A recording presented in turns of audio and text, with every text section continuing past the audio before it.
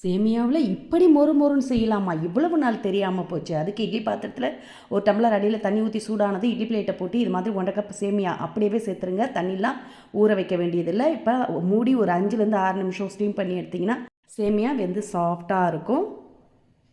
கிறிஸ்பினஸ்லாம் போய் இப்போ இந்த சேமியா எல்லாத்தையுமே ஒரு மிக்சிங் பவுலுக்கு மாற்றிக்கங்க. வேக வச்சதை மாற்றிட்டு இதோட 5-6 பூண்டு, ஒரு பச்சை மிளகா, கொஞ்சம் இஞ்சி, சின்னதாக ஒரு வெங்காயம், ஃப்ரெஷ்ஷான கருவேப்பிலை, மல்லி எல்லாத்தையும் பொடியாக கட் பண்ணி சேர்த்துக்கங்க. கூடவே 1 டீஸ்பூன் மிளகாய்த்தூள், 1/2 டீஸ்பூன் கரம் மசாலா பொடி, உப்பு 1/2 டீஸ்பூன் சேர்த்துட்டு 1 டேபிள் ஸ்பூன் அளவுக்கு கொஞ்சம் புளிப்பான தயிராக சேர்த்து நல்லா கலந்த பிறகு இதில் 1 கப் அளவு கடலை மாவு, 1/4 கப் அளவுக்கு பச்சரிசி மாவு சேர்த்துட்டு நல்லா ஒரு முறை கலந்துக்கங்க. அதில் இருக்க ஈரத்தை பூரா உறிஞ்ச பிறகு ஒரு 1/4 கப் அளவுக்கு மட்டும் தண்ணீர் சேர்த்து கொஞ்சம் நெழுப்பாக பிசைஞ்சிட்டு அதுலேருந்து சின்ன சின்ன உருண்டைகளாக எடுத்து இது மாதிரி உருட்டி எண்ணெயில் போட்டு பொரிச்சு எடுத்துக்கங்க. இதை நீங்கள் கட்லெட் ஷேப்பில் இல்லை சிலிண்டர் ஷேப்பில் எந்த ஷேப் ஈஸியாக இருக்கோ அந்த மெத்தடில் பொரிச்சு எடுத்துக்கங்க. நல்லா சுட சுட மொறு கிறிஸ்பியான சேமியா போண்டா ரெடி. கண்டிப்பாக இது மாதிரி புதுமையாக ட்ரை பண்ணி பாருங்கள். சூப்பராக அருமையாக இருக்கும்.